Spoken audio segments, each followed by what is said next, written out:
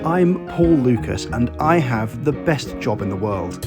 I get to fly around the world and make videos for YouTube, reviewing airlines and train trips and going behind the media hype, drawing back the curtain to find out what you really get for your money. I don't work with the airlines and I pay for all my trips myself, so you can be sure I'm giving you unfiltered, unbiased opinion about how to travel, who to fly, and whether it's worth the money. Make sure you're subscribed and hit that notification bell to be notified of all my videos as and when they land on YouTube. Hello and welcome to another video. Today I'm flying with American Airlines on their Boeing 777-200 that's just behind me. It's not going to plan. Let's find out what the problem is and let's see if I get to Miami today. I'm flying in domestic first class.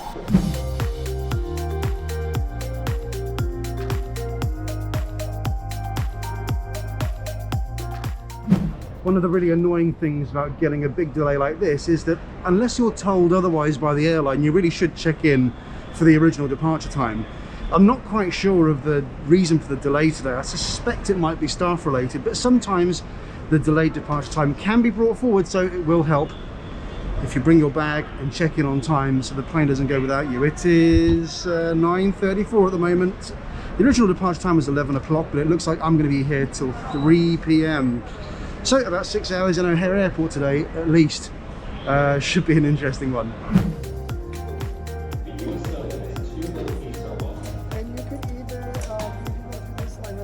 All right, lovely. Thank you so much. Take care. Thank you. So with check-in complete, it's time to head airside. By the way, don't forget to take a glance at the old classic American Airlines logo that is hanging near the check-in area if you pass through Chicago O'Hare. What a great logo it is. American uses Terminal 3, which is well past its sell-by date, but it still has a special place in my heart. And here we are, arguably the most recognisable airport concourse anywhere in the world. Well, at least if you're in your mid-30s and were weaned on Home Alone.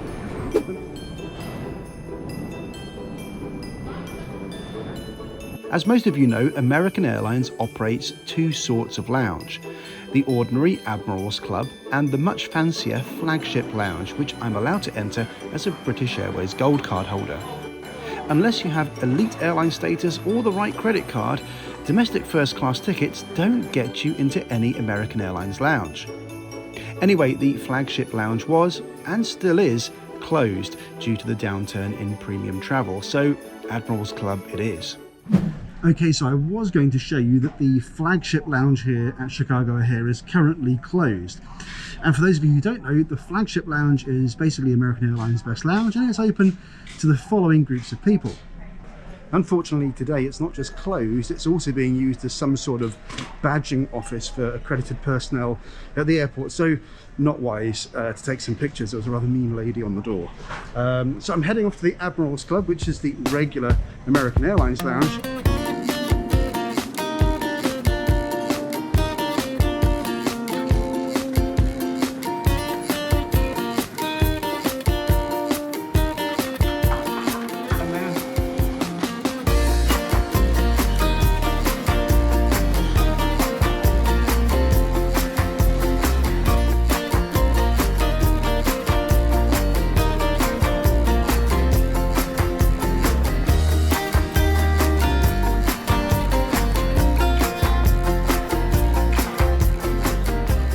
This is one of the ways in which having airline status can really help. I had a really long delay here, and being able to spend it in a lounge where everything is free sure beats being in a bar in the terminal emptying my wallet. Well, I'll be honest, I've had worse places to wait for a delay than the Admirals Club here at Chicago. Not a bad spread at all.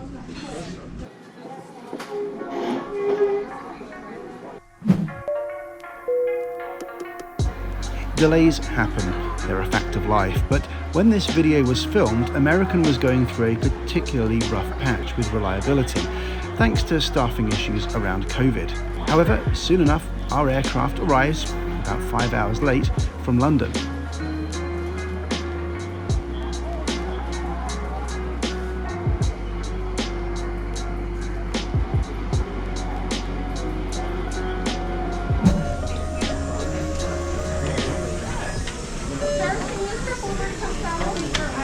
please. You can only board with 2. Yeah, that's just There you go.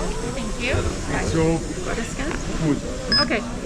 There you go. we're good, thank you. Thank you. All right, we are now 4 hours and 10 minutes behind our original departure time, but we're finally getting on board and finally, hopefully, going to Miami. Now I really need to get there tonight. Sod's law that I would pick up a big delay the only time I actually need to be somewhere. This is a Boeing 777-200, which first flew in 1999 and is 23 years old. This aircraft, like all American wide-body aircraft, has international long-haul style interior with lie flat seats in business class, or as the ticket is sold as today, domestic first class.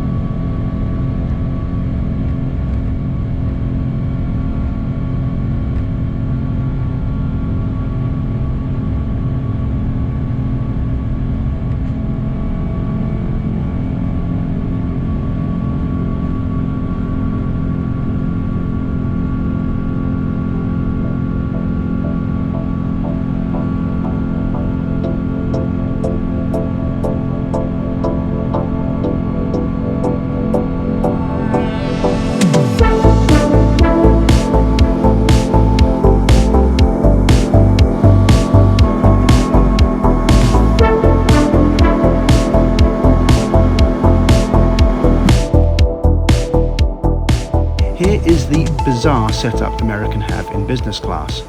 While anything beats a regular recliner you'd normally get flying domestically in America, these seats are not popular. They're cramped, narrow, and half of them face backwards. Also, each pair of seats is a single module, so you feel your seat move with every movement of the person on the other side of the divide. And that is a surprisingly weird and annoying feature in such a new and modern seat. Also, as you can see, these seats are not private. It's a layout to avoid if you travel long haul, although for this domestic sector down to Miami, it's a bit of a bonus really to have a lie flat seat at all. Today's flight takes us 2 hours and 27 minutes to cover the 1,199 miles down to Miami. Let's look at this seat in a bit more detail. There are no fewer than 4 power outlets in a single seat, which is pretty extravagant, although I wish I could say the same about the build quality. This seat looks really badly put together, and some finishes were loose, and there was already a fair bit of damage, not to mention the dirt that was on the seat. It's only when you've flown a lot of the competition that you realised how weak this seat actually is. The screen is small and difficult to stow when you're belted in because it's so far away, and there's a surprising lack of storage. The table deploys neatly, but there's no way of getting up once it's set up. Okay, I don't want to slay this seat too hard, but yeah, it's pretty bad, and American have already started replacing them because they are so unpopular. There are, however, individual air vents, which is a plus, and having the seat controls on a console far away from where your arm can accidentally nudge them is a pretty smart idea. So it's not all bad.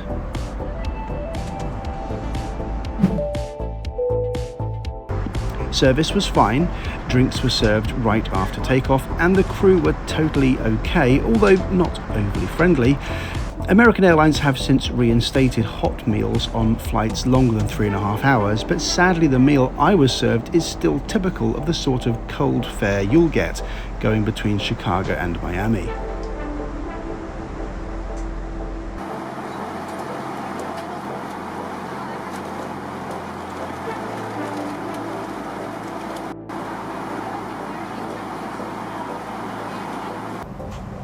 This is one of the driest pieces of food I've ever had on a plane.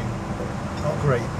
Our route takes us over the Ohio River and Nashville, but with darkness approaching, it's time to check out the in-flight entertainment. There are loads of choices, thankfully, and the flight isn't too long anyway, although let me know if you're the type to read a book on a flight instead. The 777's lavatories are pretty nice actually. I do actually rather like this wood effect, and it was very clean in here.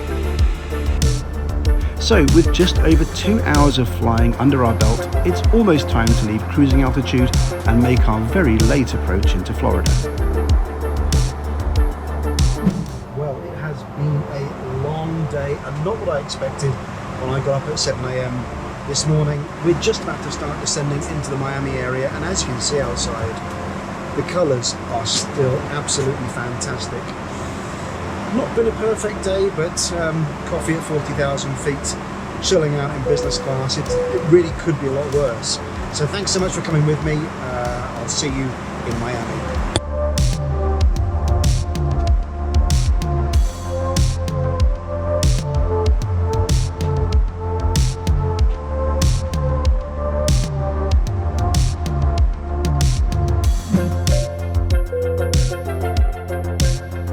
And so another rather long travel day ends. This wasn't a great experience, even if I did have the consolation of lie flat seats for the trip. Thankfully, I didn't part with any cash towards the journey, and instead used 22,000 Avios and £4.30 in fees to book this flight from my British Airways Executive Club account. The travel situation in the US has changed a bit since this was filmed a few months ago. Meals are back on longer sectors on American Airlines, the punctuality has improved, and things are just generally looking a bit better. Still, you should always temper your expectations with American carriers. The food and seats may not be world-beating, and not giving lounge access to first-class passengers without frequent flyer status sucks. But my experience is US airlines tend to focus heavily on scheduling and convenience, which makes sense given how essential flying is to getting around the country. Thank you so much for watching this video. I'm back in the US later on this year, but for now, thanks, and I will see you next time. Bye for now.